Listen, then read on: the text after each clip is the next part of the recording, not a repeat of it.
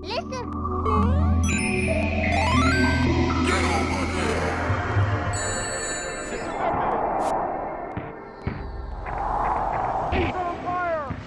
The chairs are old, but we are not. Can you hear that The squeaking on the thoughts are train? new, though.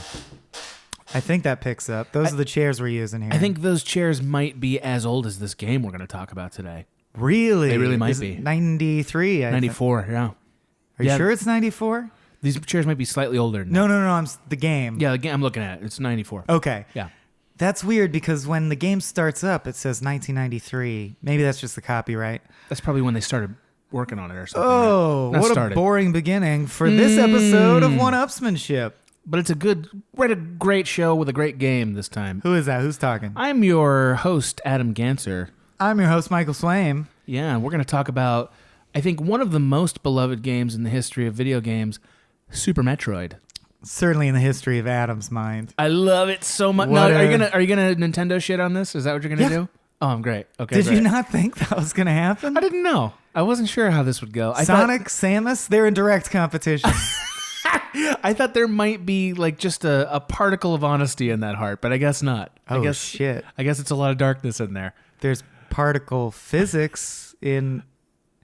Of snarkness. Oh, let's pass our first checkpoint and get on with this farce. No. This is like only our 15th episode or whatever, and already the weariness is setting in. It's a bit. I'm not going to shit all over it.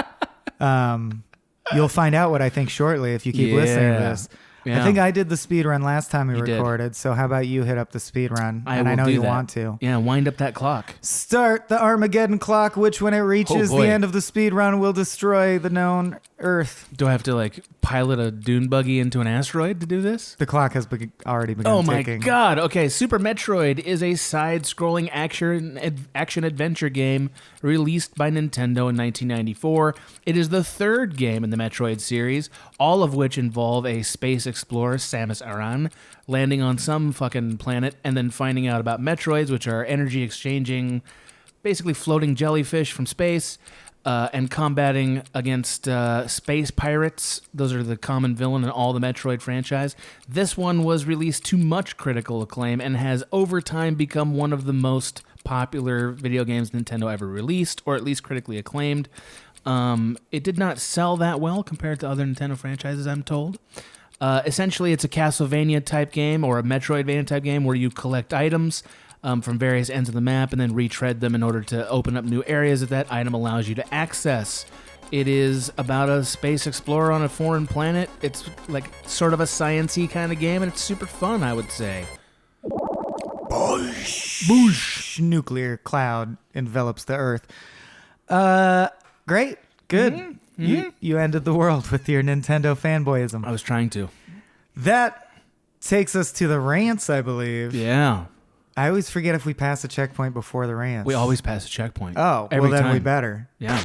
So since you gave the speed run, I'll give my rant first. Please do. I have actually a couple clarifying questions first. I'm happy to. And statements. Yeah. In case they're unable to place it just from the name, because the names are kind of interchangeable. It's the one for the SNES. That is correct. That'll put your mind back to the one we're talking about. Right. Castlevania predates Metroid, I assume? The series Castlevania does. Yeah. Or they're around the same handily. time. Okay. I wonder why it became known as Metroidvania, because I actually see them as fairly different. Because Metroid, and this is my rant has begun, player one, Metroid strikes me as essentially a 2D Zelda experience, a side-scrolling Zelda, more than Castlevania. Because Castlevania, yes, your weapon changes frequently, but you're always going, and correct me if I'm wrong, you're allowed to interrupt this rant. Certainly. I thought it was more combat. Like you're always going to the right in a sequenced order of levels, killing stuff. That's the part that is the same. Okay. Yeah. Whereas I think what was so revolutionary about Metroid. Super Metroid, Yeah. well, I guess Metroid 1 then, yeah, because it had these components, is the creation of a Castlevania-looking 2D platformer that's not about jumping. I mean, it is about jumping, but it's about shooting and jumping. It's not just a classic platformer a la Mario. But it's an open world. It's an open world experience. Literally, probably unless you count word games like Adventures of Zork or something, Yeah. the first open world experience possible. Like they jumped on the idea as soon as it was technologically feasible to have enough information for there to be an open world where you can go to different areas in different orders. I can't think of an action game before this. Especially with gating, which is now such a big part of any open world game. So like obviously, yes, technically, Doom, you could go to the left room before the right room. But what we're talking about is this idea where this room, there's a thing. Why can't I get past it? Later, I got gravity boots. Oh, they match that thing. I bet I can jump that high and get over that thing now. Yeah. I wonder what's over there. Right. So gating in sequence. Every time you go through the any door, all the enemies refresh. So it's a very... it also involves like... Oh, I'm getting good at this room. Now this room that used to kill me, I can just kick ass and tear through this room. Shit like that. This has become more of an additional speed run than a rant. Just second like supplemental speed run. But I'm going to wrap it up and hand the pipe sound effect over to you because I'm still figuring out how much to shit on it or not. I mean, as much or as how you honest feel. to be. No, but I mean, I'm still figuring out. I'm searching my soul for this one, Adam. Yeah, that's to fair. honestly know what I feel. You know, when you watch a classic movie, I think we were loudly arguing about Casablanca in an episode we recorded earlier today. And actually, Casablanca is a bad example because I think even by modern standards, the emotional story does draw you in. So what's a good example? I don't know. But an old movie you know's good. Ooh, for me, Gone with the Wind. You know it's good. You know everyone's doing a good job and you're supposed to like it. And you're like bored as hell. Right. I'd say French Connection. You have to put your mind in the place of appreciating how early in the process it was and what the innovations were. So I really need to withhold judgment until I've bounced some ideas off of you, my friend. Sure. And figured out like the backtracking bothered me.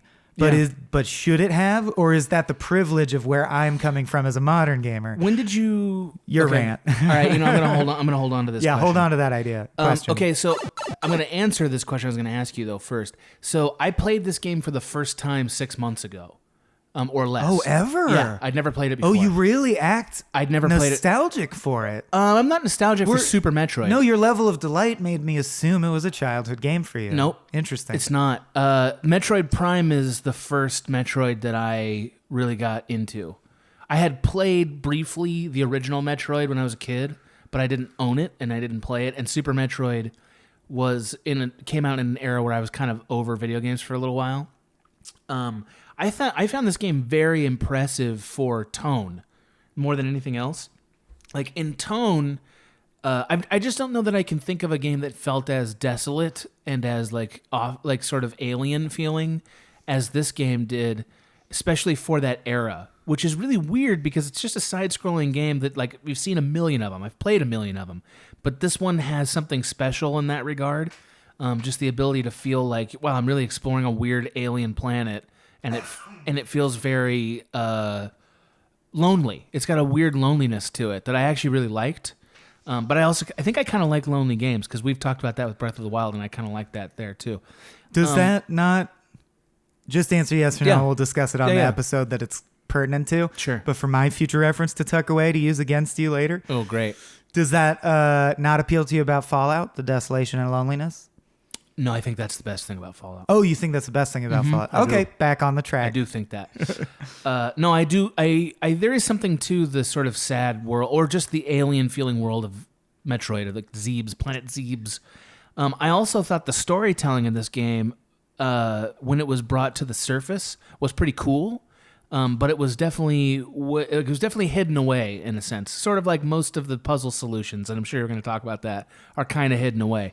I think occasionally the controls of this game were frustrating, and I think that does matter. Occasionally. Yeah, mostly it was pretty easy to play, but sometimes it was hard. Those fucking green koalas. Yep. Just mocking you like, look, just wall jump. It's easy. And you're like, the wall jump's insanely hard to do. Okay, yeah, so it's you really admit hard. You're a liar and a hypocrite. I'm not a hypocrite. I thought the rest of the game was really fun and easy to play, but the wall thought jump's hard. Like, it's so hard that you're like, okay, I must not have that item yet. And you're like, no, I just do. do it. Do it right, Yeah. dipshit. Yeah. It's like there was a game for the Nintendo, I believe, like the original, that was a Batman game, and you could wall jump on that, but the wall jumping was like really fucking hard to do. It was that hard. Yeah. Like wall jumping is really tough in this game. Yeah. Anyway, I loved this game. I thought it was really cool. And I feel like even though I just played it for the first time recently, I can see how influential it is. Like you can see that. Yeah, and that's it. We should pass a checkpoint now. Game on. I love it when you sing. Thanks, pal. Yeah. The gating is so influential that it can't be overstated. Concept. This isn't the first time that's happened in a game. I think Zelda kind of pioneered Or that. Metroid. What came first? I don't know. Might have been Okay. Metroid. Okay. Yeah. It gets a lot of credit for having a female protagonist, which doesn't matter in any way, and they shouldn't really get credit for it. I would say. They shouldn't. I think the shocker, it was a woman, is a moment At the in end of video the game first history. game, but it's like... It's a moment, Okay. but it doesn't affect the narrative ever. I agree with that. No, and you're in a suit. Well, when you get killed, you briefly see her naked silhouette, because, of course, I guess that's the point of having her be Is a she woman. naked in it? It's just a silhouette.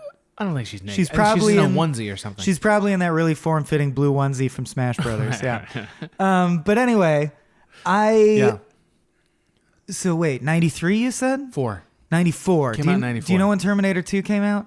92. Because I felt like this was almost side-scrolling Zelda through the lens of Terminator 2.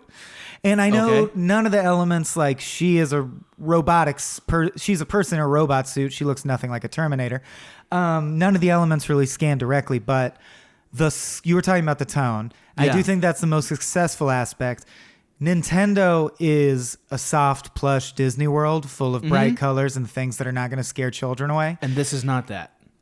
It is. Oh, I don't think so. I really don't. I think compared to real, like Manhunt or Grand Theft Auto. Compared to gritty games. That's totally. what I'm saying is this is Nintendo's version of gritty. Yeah. Or it's like when Disney Right. releases a version of Mickey Mouse where he's wearing a hoodie and his pants sag. You're like, all right, you're trying to capture this edgy vibe, but it's still Mickey Mouse. So This is far more successful than whatever that is. I owned all those, the Jinko jeans with the Disney characters sewn into them. Pass. All right. My point being, first of all, I would love to have you synopsize the story for me. Yeah. Because I do think the tone's great. I think the score, and just like Zelda, here's what I'm getting at. Sorry, I'm dragging this out, but I realize what I'm getting at and how to elucidate it is. I feel like the weakness of Super Metroid is every Nintendo franchise seems to be an incubator for a certain thread of thought in game development. So like Breath of the Wild became this idea of physics puzzles embedded in an overworld. And Mario, ever since 64, has always been the fun of running around and jumping in a 3D, 3D space and platforming. figuring that shit out. Yeah. I don't know. And then Zelda is the gated experience of items that get you to the next place. Historically. I can't think of an element, no matter how innovative, in Super Metroid that's not in another Nintendo franchise. It feels like bits and pieces of the other Nintendo franchises with paint slapped on it to make it grittier, to appeal to a different audience, but it's not, therefore, as seminal as like a Mario. And in the pantheon of Nintendo franchises, the other one I think that's guilty of that is Kirby. I understand the sucking shit in, but it's still just basically Yoshi. And Yoshi's already in Mario. So I think that's why Kirby takes a back seat. Whereas it's funny, I don't know why Star Fox isn't more popular. Because Star Fox is the franchise where they're just like, let's figure out flying combat. And people like flight combat. I think it's because there have been so many great Star Wars flying combat games. There's just such competition. Well, Rogue Leader, like all the Rogue series are all better Yeah. than Star Fox. Sure. Like Star Fox is fun, but also I think space combat being Disney-fied is sort of like why? You know, like Metroid is not a cute game. series. Like, it's not cute. It's like No, a little more weird science fiction-y, alien-y. But it's not. I'm saying it's not adult science fiction in the sense that it's not. You'll go into a wrecked ship, and because it's wrecked, there will be a creature that acts exactly like a Boo from Mario, functionally. That is a mass of skulls dripping slime. And I agree, that's really edgy and scary for Nintendo. For Nintendo, sure. But at the same time, I wouldn't call it mature sci-fi because what is that thing? Why is it there? Why is it a ghost of skulls? Like you'll fight enemies that are just blue blobs with yellow blobs on them. You get more of that in the Metroid Prime series. Yeah, they go further. I think Prime's a big step up because you can scan the shit and get flavor text. I totally agree. Here's the thing: you don't get that from Super Metroid. You just did at the top of the episode, but also when we talked about this in between episodes, you alluded to the fact that you think you did glean more story from like visual clues in the game than are immediately obvious. Can you share some It happens of those with all us? later. It all happens later. But you were saying also there's stuff in the background that gives you information. Just like, well, okay, so when you crash on this planet... Why are space pirates 6-foot naked bugs? Because that's just how they are. Okay. Is in what science fiction reason? I don't know. Why are there bugs in Starship Troopers? It's why are they naked? And why they're do not they naked, seem... They're just aliens, so they don't wear clothes. Sure. Okay. Touche. Yeah. Why are you naked? I'm not right now. Why then? This is not what a human penis looks like. They seem to be of animal intelligence, and I know that's hard to debate in an 8-bit game with limited animation. But I think you can tell they aren't because... so this is why the preamble is really important. What's the plot? What's the plot of this game? So you have captured a Metroid, right? This Metroid has taken a liking to you from the previous games. Yes. You go back to this lab in some human establishment, and the space pirates invade it. Right? It gets destroyed, right? So then you flee from this exploding place, presumably of the Metroid being destroyed and everything else, to what looks like an abandoned planet. But it turns out the space pirates are there, and the space pirates have been establishing a secret lab in the base of this place and realize that you're there, and they're trying to... Sorry about that. And they're trying to make it difficult for you to get in there. Right, so you have to face all these different bosses and stuff. That's just video game shit. And then when you get into the lab, you realize that they've been working on... No, but that's my...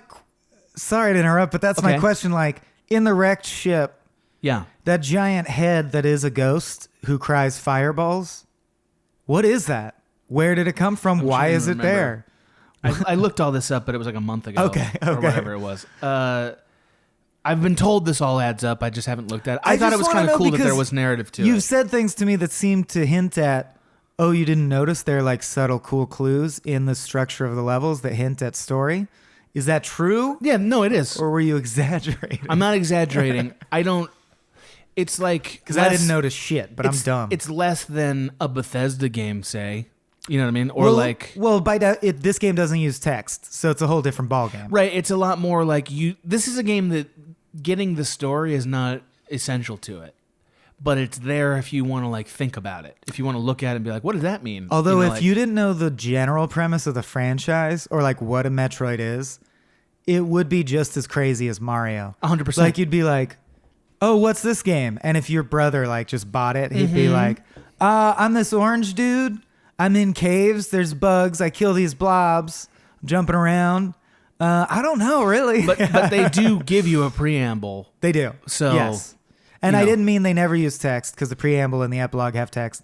I meant the game has no text in media res. There's no text. So the storytelling has to be visual, which Nintendo's good at. And I just missed it all, so I'm wondering what you picked up on. Again, I would say that you get more of it from where you stopped. Like you didn't finish this game, right? You're at the wrecked ship right by now. Our estimation, I'm about 5/6 of the way through it. I did beat this game as a child.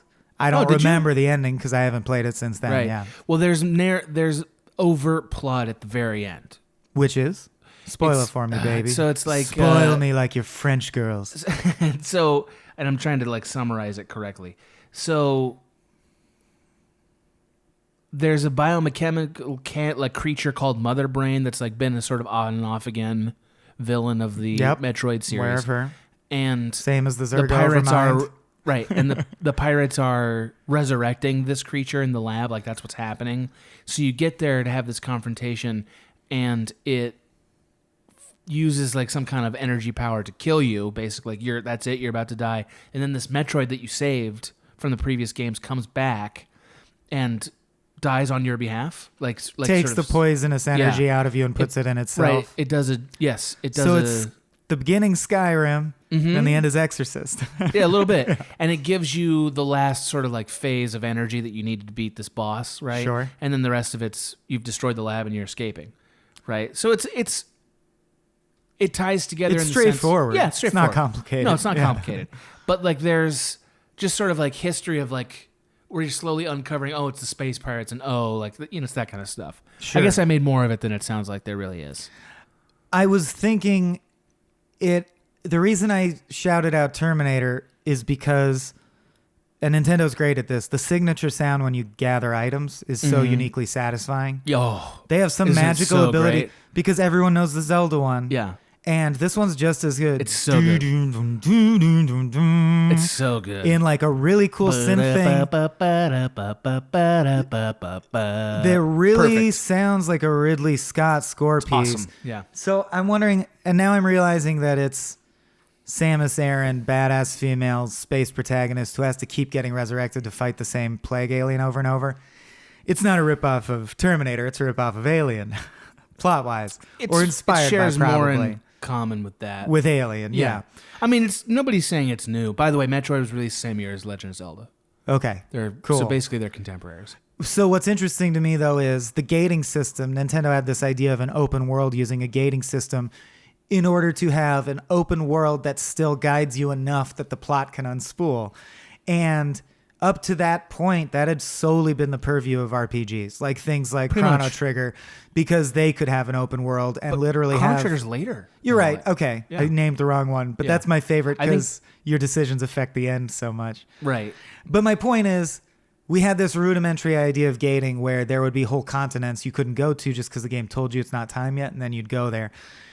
I do think Nintendo deserves a ton of credit for figuring out how you can give the illusion of freedom with the minimal amount of guidance to have a video game be a toy and still have enough room at the edges to have the story wrap around it. Yeah. And Zelda and Metroid are both pushing that innovation. Zelda, okay, so the original Legend of Zelda and even the contemporary Zeldas to this, like A Link to the Past, Right.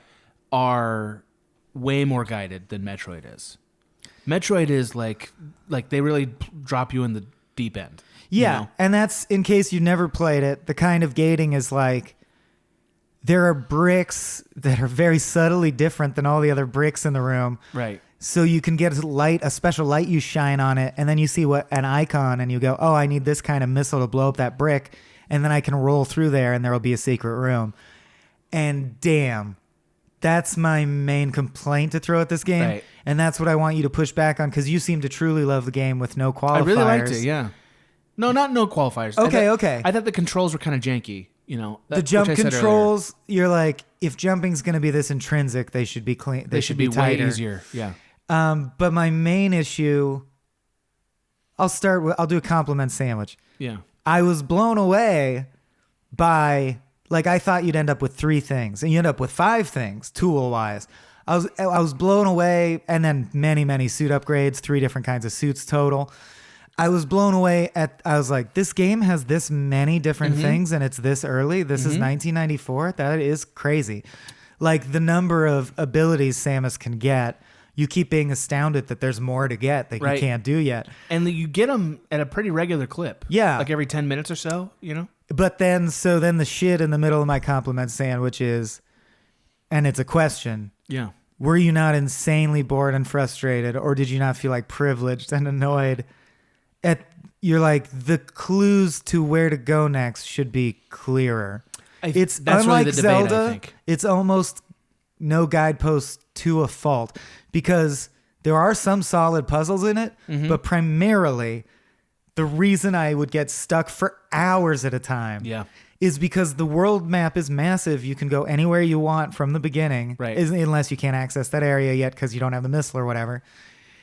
So once you're 2/3 through the game, you can go almost anywhere, and you fucking know somewhere there's one brick you have to shoot that will lead to the next thing you haven't done yet. That's not that many times. That's That a few happened times. to me so much. That only happened to me like once or twice. So I will say, I want to concede part of this to you, which is I don't know what it would be like to play this game without like YouTube walkthroughs and stuff. Like I played this game, I said 6 months ago. It was actually more recently than that. It was whenever the SNES Mini was on sale. So maybe a couple months ago, like a month ago.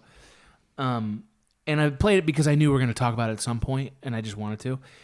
And I don't know what it would be like to be 13 or whatever age I would have been when this came out and play it without walkthroughs. I bet I'd been fucking mad. I bet it would have made me angry. But also as a kid, I think you're more patient with it. I don't know. So it is a frustrating game, definitely. Like there's no question about it. It's not... In the way that old Mega Mans are. Yeah. Where you're like, But I'm not- good at games. The controls are so clunky that Yeah. I'm dying 100 times. And the Yep. save points are so infrequent They really are. that yeah. you'll be like, I'm going back that far. I Yeah. got to do that all again. Yeah, that's frustrating. This game is the last relic of that time period where games were needlessly frustrating in ways, you know, like, and the Although technology we just wasn't... mentioned Bloodborne in a different episode, I feel that way about those games. Bloodborne you can save almost all the time. No, you're that's right. Not true. Okay. So Bloodborne, there's a lot more it's access to save consciously points. frustrating. That's part of the Yeah, exercise. it's a patience and trial and error But it's game. not because of the limits of the technology. I see, again, and maybe it's just because Metroid...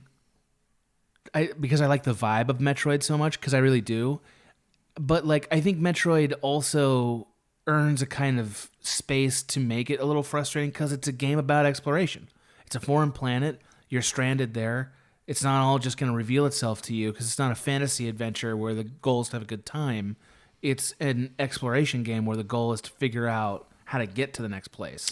True. You know? I guess I just feel like they've come a long way, baby. They really have, yeah. Like in Breath of the Wild, you perfectly feel the balance, at least I did, of nothing's beating me over the head with Right. where the Korok seeds are, but there are big enough clues that when I start scanning for Korok seeds, I don't have to wait too long before I No. go, oh, on that hilltop, there's 2 trees that look identical. Something there. Right. Whereas, There's also so many of them in that game, you know. True, but in There's like Super 900. Metroid, and I'll stop bagging on this after this, my main thing was just so frequently the quote-unquote solution was, oh, well, you don't have power bombs yet. Well, where do I get power bombs? Right. You got to find them. Oh, well, somewhere in this set of 25 rooms, Right. there's a single block that will explode if you blow it up, and then you can find the power bombs. In my experience, this game really starts to slow down and become difficult right around the time you get the gravity beam. Like, that's when this game starts to be hard. The grapple hook? Yeah, excuse me. That's what I mean. The grapple hook. I agree because, as I said, it's almost like the point in an RPG where you finally get the airship or whatever. Yes.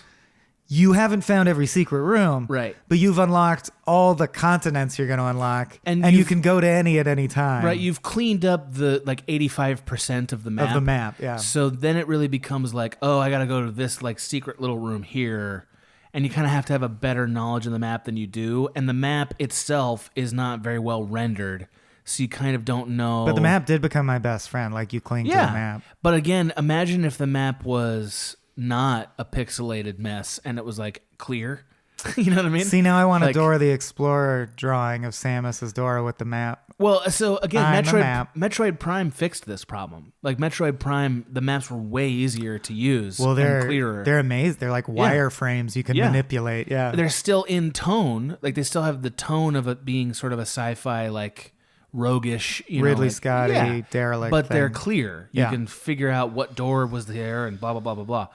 I think that the idea of this game wasn't quite ready. The technology wasn't quite there to execute it perfectly.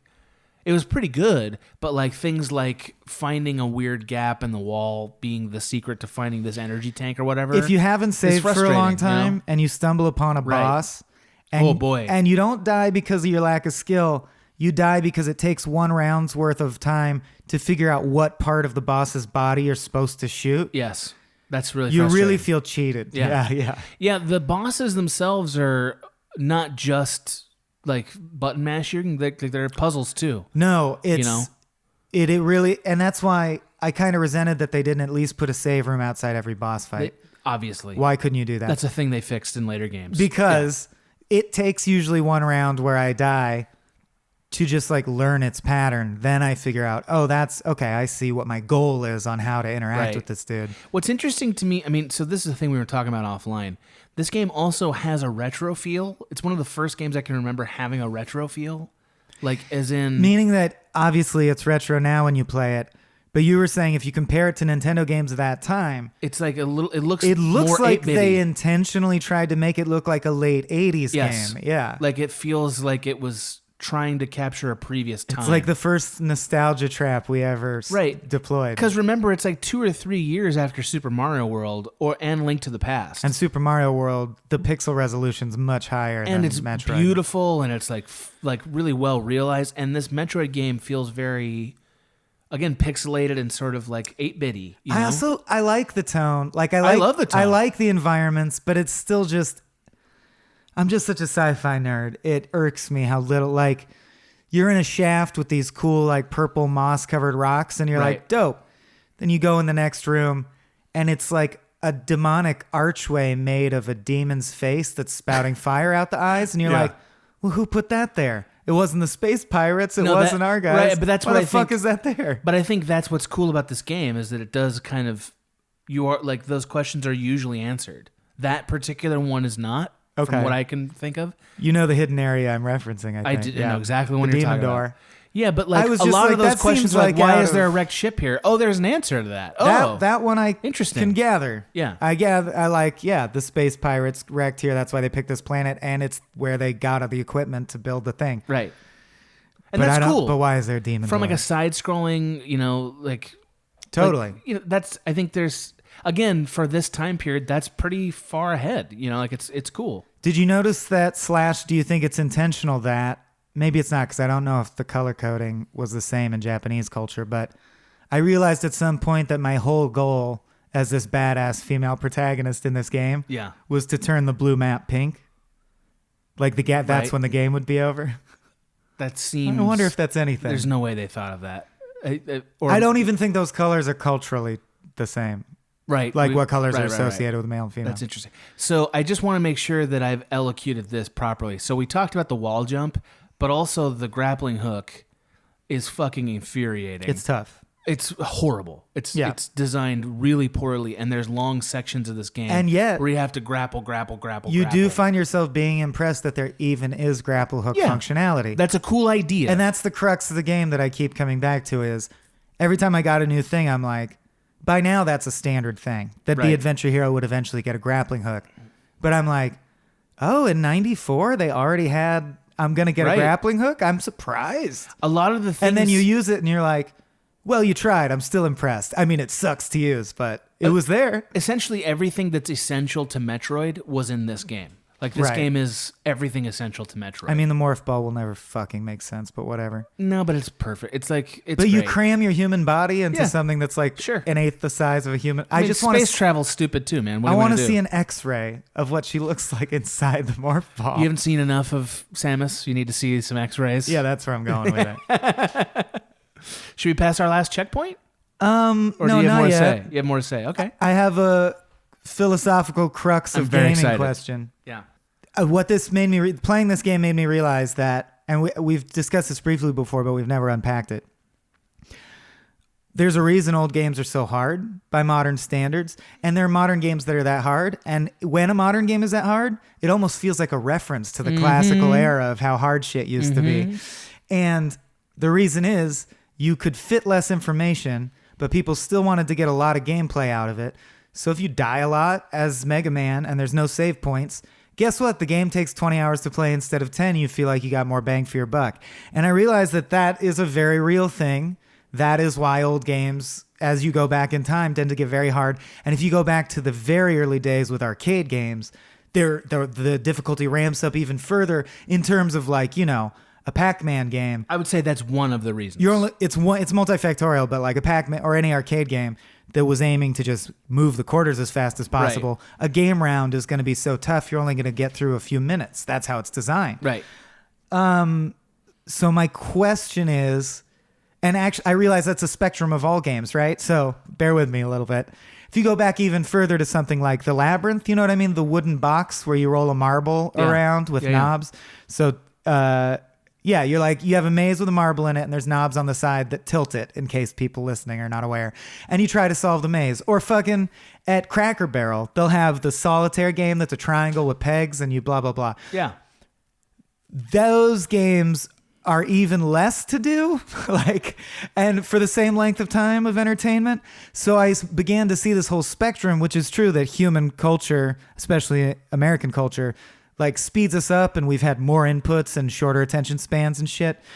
So it just made me wonder, where's the perfect balance for you between, or how do you approach the idea of when considering a game?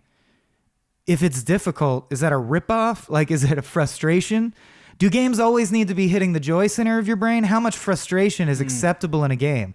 Because as a modern gamer, when I go back and play Super Metroid, sometimes... Or Mega Man or whatever, yeah. Sometimes it'll be really cathartic when I finally beat a boss, and I'll be like, that was fun because it took so many times.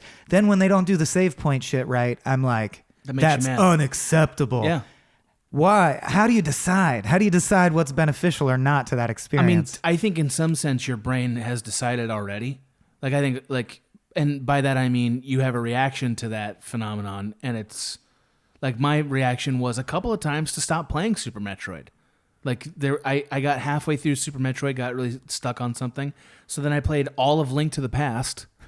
I really did, and then I came back and beat Metroid because I was like, I was fucking frustrated. No question where you're going in Link to the Past. Right. Well, Link to the Past is much easier than Super Metroid, in my opinion. So I mean, at this point, at my age, which is old, my later 30s, like, I don't want games to be that hard. I just want to travel through the experience and enjoy it and be challenged enough that I'm not bored, but not so challenged that I'm frustrated. But I was gonna say there is such a thing as too easy. So definitely. My mind saw everything in a new spectrum that I found interesting. Did you ever play Yoshi's Island? No, but it's on that collection. I haven't played it yet. I remember a cardinal experience in my childhood video gaming, journey. Yeah. Was me and Griffin renting that, which we were young enough that we had to like scrape money together to rent one game at Blockbuster for the weekend that we expected to last the whole weekend, right? God, that's sick. We walked to Blockbuster, rented Yoshi's Island. And we're both like 7 years old. We beat it in 67 minutes or something, like under 2 hours. It's that easy. And we were so fucking upset. It can be. There's additional material, right? You could go back and play and try to get all the stars or whatever the fuck. But you can get through the story and beat, it's not even Bowser because it's been so long, but beat whoever it is and get the end credit text and be like, our weekend's ruined now. We have to fucking talk to each other. This is going to be a nightmare. How can we even be friends? Yeah. So I want to use a modern example to highlight a change in our culture. So I have gotten every moon but 2 in Super Mario Odyssey, right? Now, one of the last moons that you get is on this other fucking side of the moon, and it's this like 20-part level. It's the moon on the moon? It's like the dark side of the moon or whatever it's called. It's funny that you're collecting a moon on the moon. It's insane. I know. It's like what? So like you have to do this level that's basically a collection of one piece of every single world you've been in, like one puzzle piece. And put them in the right. Put them all in the same place, and then it triggers. Have to do, but it's like a platforming puzzle, if you will. Like you have to kill all these Goombas, but not get hit by these things, like just that kind of shit. And it's one for every single world, and there's no save point in the middle. So if you die, you have to do it over. Now, it took me about 40 tries, maybe more, to get it right. And I didn't cheat. I actually did it. But the reason that Can you cheat in Odyssey? You could like find out how somebody did. Like you could go on YouTube. Okay. You mean you didn't even? I didn't even do that. Take advice. No, no advice. So the reason that I was willing to do it 40 times is because I died and I was right away back on that. That's my favorite thing about Rayman Legends and Rayman Origins. Yeah, that's a great thing about it. It's crazy how important it is in a game where you die a lot for it to immediately cut to the beginning of the level and you go again as soon as you die. That is the key to a hard game, is that it never makes you stop playing it. Mm-hmm. That it really rewards trial and error by the death penalty being very minimal. You know what I mean? And like I think this most recent Mario figured that out. Metroid, like Super Metroid, super didn't know that. Yeah. Like 100% didn't know it. So I think that's part of the equation. All right. You know? Now we may pass our last checkpoint. Finally. And when we recorded our God of War 4 episode, I started out with high hopes and you dragged me down. Let's see if I was able to drag Adam down on his estimation of this game. I am gonna... Oh, fuck. You didn't figure it out yet. I always try to approach this organically. Yeah. Like not pre-decide. And sometimes it is really tough. Because I would keep one of the Prime games over this, but I don't actually think it's fair to pit them against each other when you go from a 2D world to a 3D world. Yeah. So you know what? I'll keep it. I think you said exactly what I was going to say. Oh, okay. I would keep Super Metroid and I would keep Metroid Prime, the first one. I agree. That's the only Metroids that need to be on this list. And it's tough for me to say because the story is nothing, and that usually kills stuff for me. But that just shows you that Adam's rubbing off on me.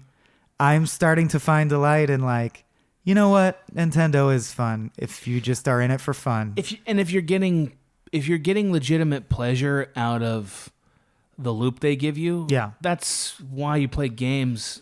You know, like why you play games? That's why everyone plays games. I mean, like, nope. I watch movies because I want the pleasure I get. Wait from till Fallout New Vegas, story. baby. Oh, I can't wait till we have that conversation. Because this might be why you totally disagree with me. Right.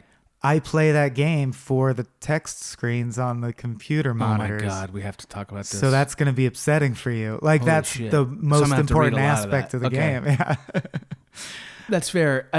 I also really appreciate, in contrast to that, how Metroid is immediate. Like, every single thing you do in Metroid is immediate. There's no obfuscation or cutscenes or anything other than the preamble at the beginning. It feels like it probably inspired Half-Life somewhat.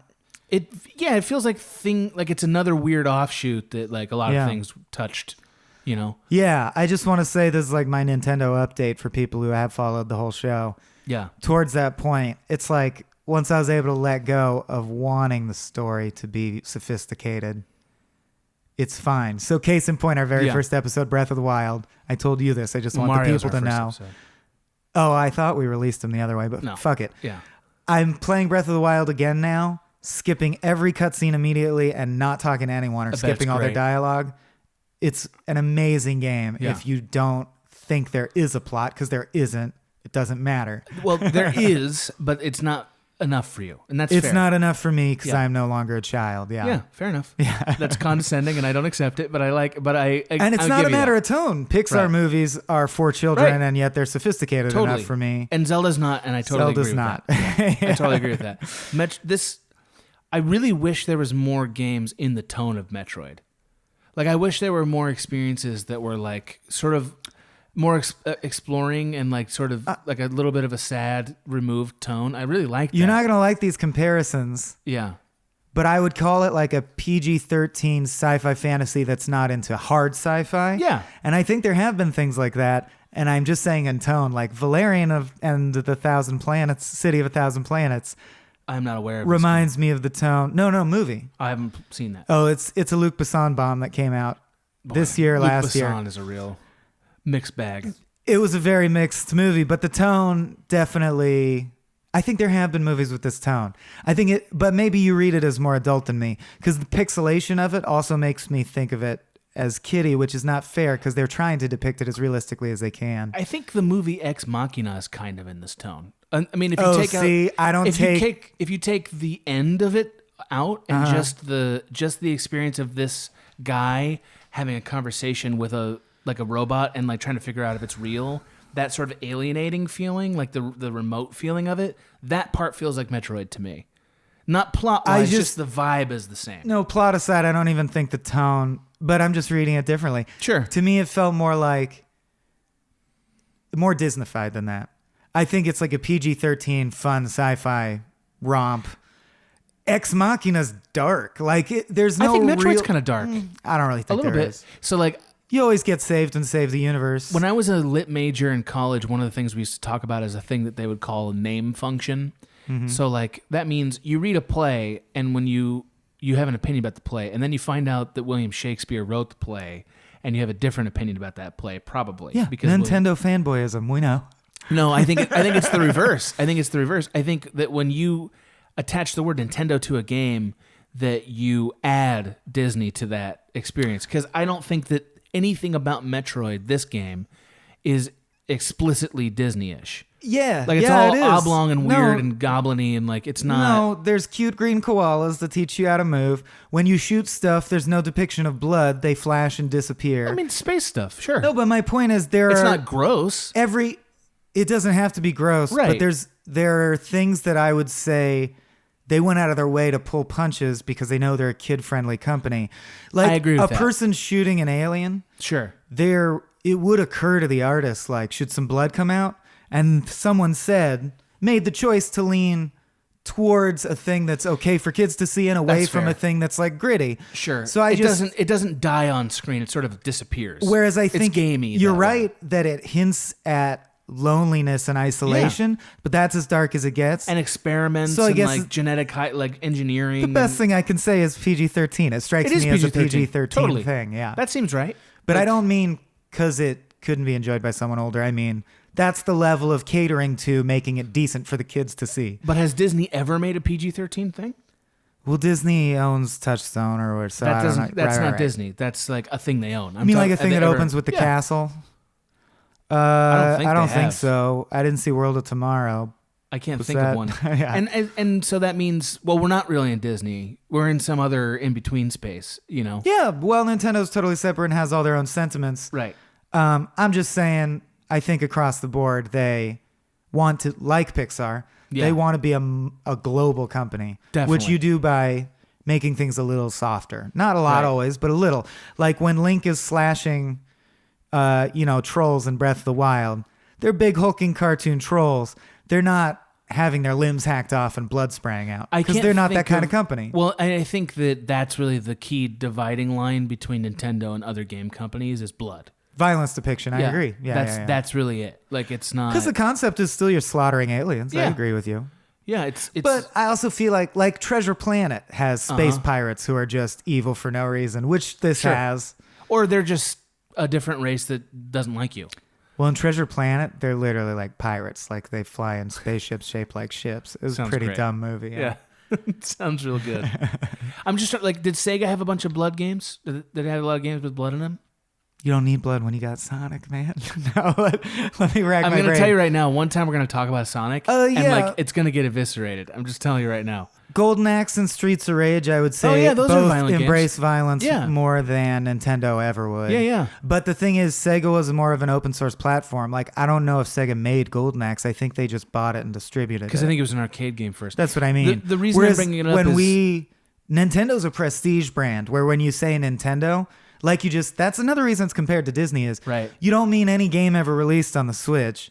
You mean Their games. the 8 franchises Yes. that are Nintendo games. Yeah. Right, and that's what made me ask this question with Sega is like, so was the alternative always to take a more violent path to Nintendo? Is that always how people chose to counter or compete with Nintendo? It was- Because I really can't think of anything other than Sonic or like Toe Jam and Earl. There's like 4 or 5 franchises that are like an attempt to compete with Nintendo on their terms, and they all lost. Because Sonic's PG-13 for real. Like it's the PG. kid, even less. Yeah, it's PG. Yeah. It's the kiddie version of being extreme. Right, it's cool. And you're saving cute little animals is literally like the plot. Yeah. Toe Jam and Earl is like, hey, 13-year-olds, we can be weird. We can be a little odd too. Right. You know. But it's weirder. It's like a little bit more from a weirder brain. That like Nintendo comes from a more We'll have to do. I really want to do. Nintendo versus Sega. We haven't done episodes yet, but we will do Yeah. like console wars, Nintendo We should. versus Sega. Not necessarily that we have to come out with a winner because we'll probably end disagreeing, but what makes them unique? What were their voices? Because to answer your question, I want time because I would want to look up That's fair, yeah. and differentiate because I'm not even sure Toe Jam and Earl was like programmed by Sega programmers. I would want to know what was a Sega What were the core Sega release. things? Yeah. Yeah. And the only thing I'm sure of is Sonic. Yeah. Just before we go, list for me what you think the big Nintendo franchises are after Metroid. So there's Mario, Zelda, Metroid. Those 3 are gone. And by big, I mean at least big enough Multiple iterations. that they're continuing them. I don't mean you could rank them, and like I said, Right. Donkey Kong Country is not as big as Mario, but it counts. so Mario Brothers, Donkey Kong universe, Yeah. Kirby universe, Kirby, yeah. Star Fox universe. I don't even know if they're still doing that anymore, but okay. They might not. Yeah. But there were like 5 at least. That There doesn't were count. 3 that I can think of. They tried. They Yeah. rode with him for a while. They did, yeah. Metroid universe. Yeah.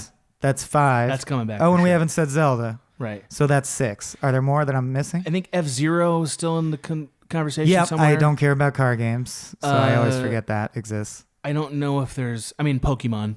And obviously. Pokemon's Right. huge. People are already shouting it at their phones. I mean, and then there's other games like Smash Brothers and Mario Kart that are franchises, but I think Mario Kart counts in its own right.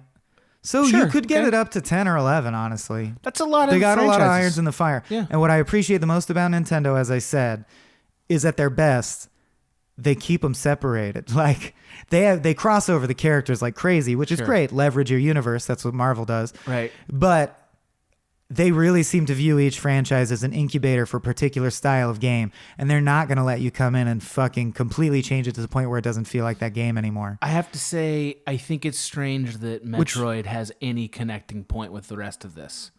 I agree, because Metroid, It's so tonally different than everything else. not only Nintendo tonally, does. but I think if you look at structure, all the other ones feel like this is this game. This franchise is the game where we innovate in this direction of gameplay. right. Samus's main foot forward is, this is an unusual tone for us. A lot of the gaming elements overlap in a Venn diagram way with our other games. Like the rest of these games are all like whimsical fantasy worlds for the most part. Yeah. I mean, they have some other sci-fi. Like F-Zero is technically a sci-fi premise. Yes. But it looks like anime. And also, You know? it's the only one that doesn't, well, Zelda also. But I mean, they're also not scared to make nonsense like Mario Boy, is. They definitely aren't. Like Kirby, you know, the old Mad Lib style of gaming. Kirby is a pink cloud. He collects Right. stars. If you get enough Right. stars, you get a cap. The cap does this. Doesn't matter why. Doesn't matter who. But Metroid very much breaks away from that, where they're like, if It's a Metroid story. was in that tone, it would stop being a franchise. right. It would fail immediately. Oh, for sure. Like it has to be PG-13 for people to care about it, I think. As much as it's not Game of Thrones, it's their Game of Thrones. It's their long, continuous their story that's darkest more story. real. Yeah. Yeah. For sure. Yeah. Yeah. Okay. That was our longest finals segment ever. Well, because we got on some I don't know if tangents. that means anything. I think because Metroid has a place in the Nintendo canon, and we have to sort out which one it was. And we will we did. fire that cannon into the sun. And with it, Sonic's chili dogs. Oh, that'll piss him off. You better hope we're not in a phase where Knuckles is allied with Sonic, or you're gonna get your lights. You're knocked gonna out. hate me. I have no idea what to think of Knuckles. Like I know what he looks like, or she. I have no. He's an echidna. Doesn't matter. That's nothing to me. That's like gobbledygook to me. I have no idea what that is. I'm gonna play a Sonic game in the next year. I promise you. Go fuck yourself. Work complete. This has been a Small Beans endeavor. We're a bunch of pals who make podcasts, sketches, music, web series, and movies. The Beans always have new ideas percolating, so make sure to check us out at patreon.com/smallbeans. That's patreon.com/smallbeans, where you can browse all of our current and past content, see what we've got planned in the future, and learn how your support can help the small beans grow into huge, giant monster beans. If you enjoyed this content module, please like, rate, subscribe, or tell a friend about us. We love you.